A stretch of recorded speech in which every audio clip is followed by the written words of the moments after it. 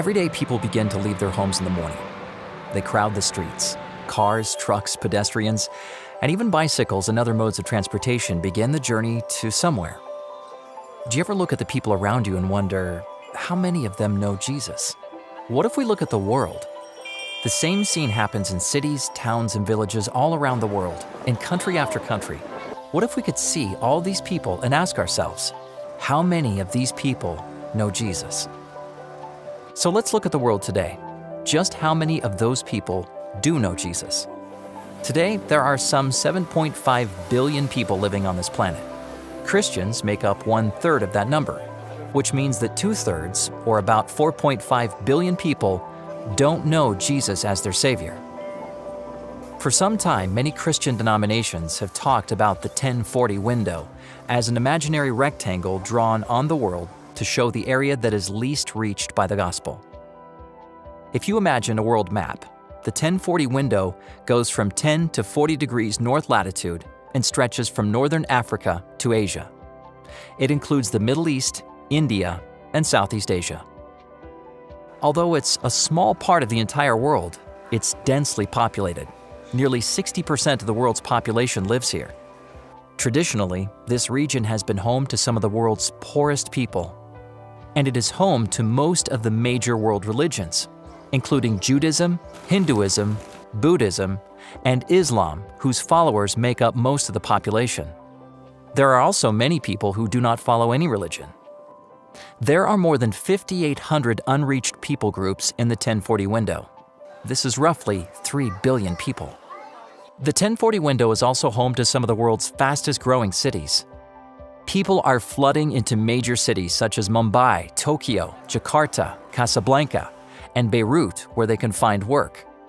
As they grow, these cities are making improvements to infrastructure, education, and economic development. In other words, not only are these cities growing, they are also improving. Like any city, there are also areas where people struggle to make a living.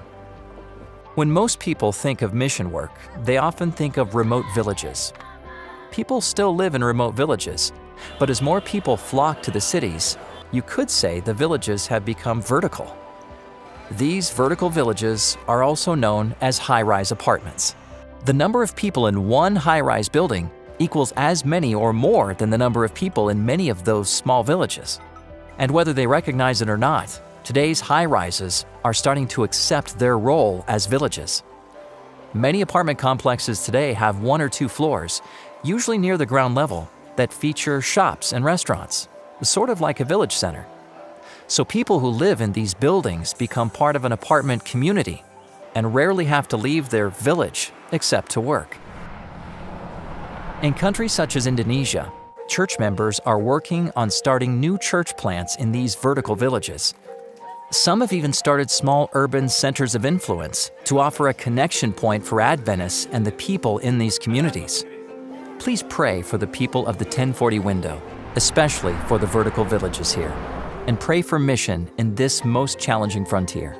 Thank you for your mission offerings that are helping touch lives in the 1040 window.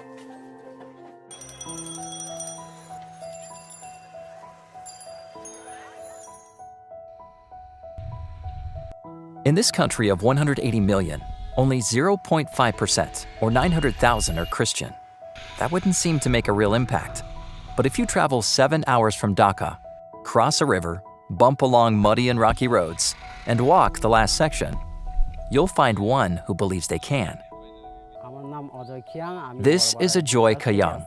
He's working as a global mission pioneer in Bangladesh. Ajoy has worked closely with these villagers for a while now. Their traditional religious beliefs were very strong. They followed local religious practices they grew up learning. Like other villages across Bangladesh, these challenges are common. Ajoy prayed hard to overcome this and for a way to show them a powerful, caring Savior. God answered with some practical ideas and some unexpected opportunity. When I saw in my village that there was sometimes fatal diseases like diarrhea, cholera, and malaria, I realized then that God was answering my prayer. Like many rural areas, the lack of clean water is a major challenge. In this village, they get their drinking water from the same river where they wash and bathe. Judging from the color of the water, it's no surprise that almost all the villagers became sick during a particularly bad season. With no medical services nearby or no finances to travel the long distance to find them, the villagers were desperate to be cured. When I saw they couldn't find any way to get the treatment, I called all of them together in the church. We decided that we will pray every evening for a week. So we did a week of prayer. At the end of the week, I saw that all of the sick were now cured. As a result, they accepted Jesus Christ as their personal Savior. Now most of the village is Christian. After experiencing God's power in their lives in such a miraculous way, the villagers met their challenges with a real and growing faith. Most of the villagers are poor and illiterate. They need help to teach their children and to send their children to school where they can study.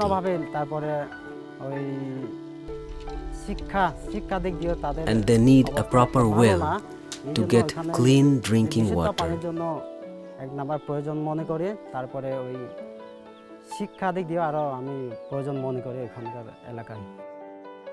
In spite of the challenges, Ajoy is grateful to be a part of the Global Mission Pioneer work.